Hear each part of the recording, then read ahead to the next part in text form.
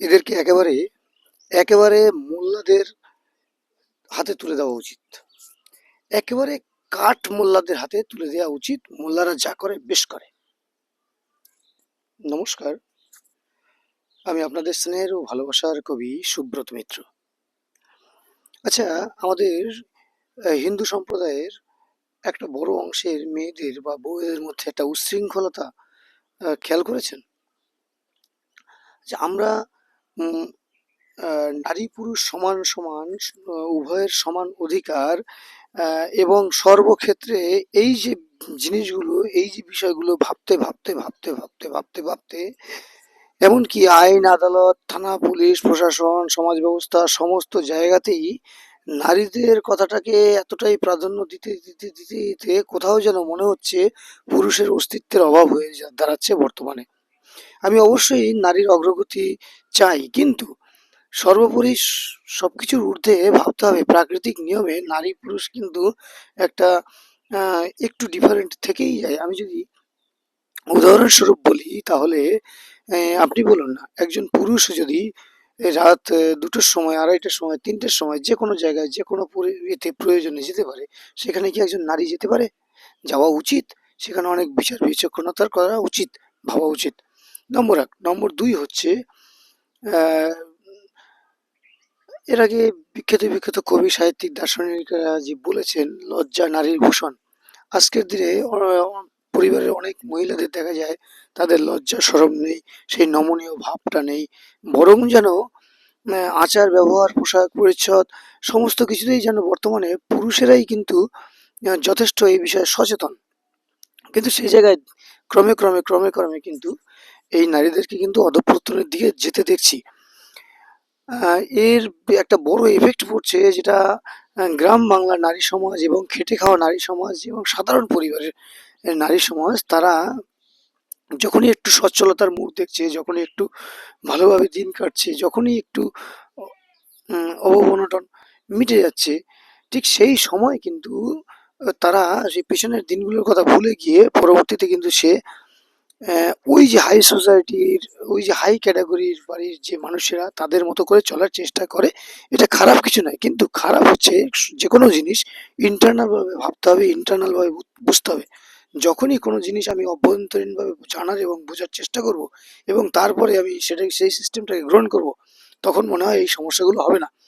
তাই আমি মনে করি এই যে, যে মহিলারা এই পুরুষদেরকে পাত্তা দিচ্ছেন না, স্বামীদেরকে সেরকম করে করছেন না, অবশ্যই একটা সময় কিন্তু নারী নির্যাতন সমাজে এত হারে হতো, আম, সেই জায়গাটা থেকে বেরিয়ে কিন্তু আজকে কিন্তু সাইলেন্টলি পুরুষ নির্যাতন হচ্ছে। পুরুষ সমাজ খুব কষ্টে আছে, পুরুষ সমাজ কিন্তু কোণঠাসা হয়ে আছে। যদিও এই বিষয়ে নন্দিনী ভট্টাচার্যের মতো আরো কয়েকজন তারা আস্তে আস্তে পুরুষ সমাজ নিয়ে ভাবছেন, কিন্তু এই ভাবাটাই যথেষ্ট নয়, এটা আরো ভাবতে হবে। আর যদি এভাবে চলতে থাকে তাহলে আমি মনে করব যে ওই যে মুসলিম ধর্মের, যে ইসলাম ধর্মাবলম্বী মানুষেরা, তারা যে মেয়েদেরকে এখনো বোরখা পরিয়ে রাখেন, এখনো তারা যে পর্দার আড়ালে রাখেন, এমন এখনো তারা যে মেয়েদেরকে সেইভাবে শোষণ করে তুলেছেন, এটা ঠিক করছেন, ঠিক করছেন, ঠিক করছেন। হ্যাঁ, আমি টোটাল সমাজের সিস্টেমের জায়গা থেকে দাঁড়িয়ে বলছি না। আমি যে বর্তমানে দেখতে পাচ্ছি হিন্দুদের, হিন্দুদের মেয়েরা, হিন্দুদের বউয়েরা, হিন্দু মহিলারা সবচেয়ে বেশি ডেসপারেট হয়ে উঠেছে। সবচেয়ে বেশি তারা লম্পঝম্প এবং সমস্ত কিছু, মানে এটা তারা, আমি এরকম দেখেছি ঘনিষ্ঠ মহলে এবং ব্যক্তিগত সূত্রে আছে। তারা কিন্তু আহ, স্বামী কোনো রকম কাজকর্ম করে, এ করে সে করে, কিন্তু তার কোনো রকম ওই রান্না খাওয়া বাদে বাকিটা সময় কিন্তু তারা নিজের শরীর প্রদর্শন, নিজের রূপ প্রদর্শন, বাইরে কোথায় হ্যালো হাই হ্যালো বন্ধু বান্ধব এটা সেটা হাবিজাবি নিয়ে থাকতে চান, এবং এটাই তার একটা বড় দুনিয়া। এই করতে করতে কিন্তু অনেক মহিলার জীবন কিন্তু একটা খারাপ জায়গায় চলে যায়। এর জন্য দায়ী কিন্তু হিন্দু সম্প্রদায়ের পুরুষেরা। পুরুষেরা কিন্তু সচেতন নয়। পুরুষেরা ভাবে আমরা তার স্ত্রীকে খুব ভালোবাসি, আমরা তার মেয়েকে খুব ভালোবাসি, আমরা তার বোনকে খুব ভালোবাসি, কিন্তু এই জায়গাটা সচেতন নয়।